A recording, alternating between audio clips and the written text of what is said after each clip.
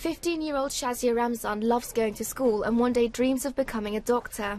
But last October, as she sat on her school bus, a gunman climbed on board.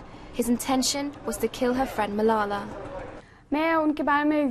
I can't tell you who they were, but I can tell you my life completely changed after the incident, because before it we could freely go anywhere we liked on our own. But now we must be accompanied by guards who would tell us not to go out.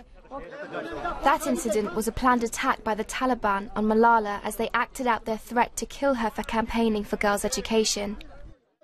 Malala was left in a critical condition, and the scenes of her bloody body sent shockwaves around the world.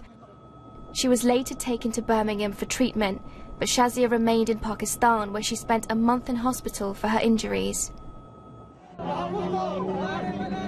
Although not the target for the Taliban, Shazia's life changed unimaginably after the shooting. Both girls became heroines to the outside world, where they were revered for their bravery. Malala even received a Nobel Peace Prize nomination. But back home in the Swat Valley, things were different. Some friends and neighbours feared being associated with either girl for fear of being the next target for the Taliban.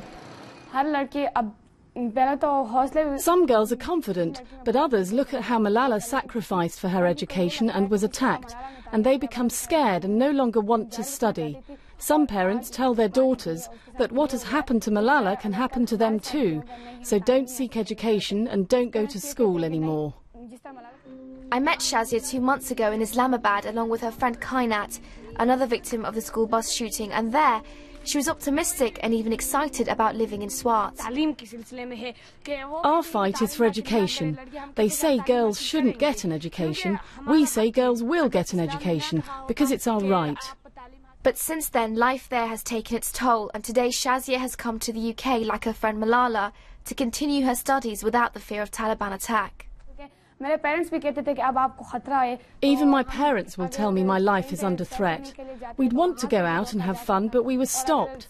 And we couldn't just go from school to a friend's place because our guards would come looking for us. So life has changed a lot.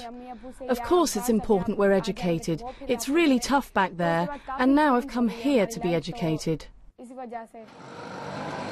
Although it's good to see Shazia again and know that she has a chance to go to school and maybe become a doctor one day, the reason she fled Pakistan remains. The Swat Valley has been a long-standing stronghold for the Taliban, and it's only the Pakistani army that have been enforcing the fragile peace. So the army has done a lot to control the situation. If the Taliban come back, nobody can stop them. If the army's not there, nobody can stop them, and they will rule over us, and we would have to do everything according to their wish. They should think of the parents who send their daughters to school only to know that the girls have been killed. Special Education Envoy to the UN, Gordon Brown, has been working to bring Shazia over to the UK. But does he think the West should be talking to the Taliban for lasting peace in the region if girls like Shazia are attacked by them for wanting to go to school?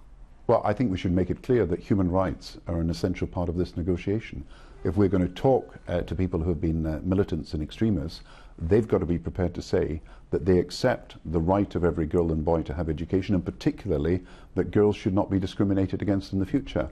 And we can't have a situation where we move from having built many schools and having got lots of girls, particularly in Afghanistan, to school, then these schools are closed down. We must make it a central part of the negotiation that human rights are respected.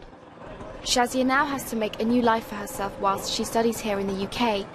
But for every Malala or Shazia, there are millions of girls in Pakistan that go without an education.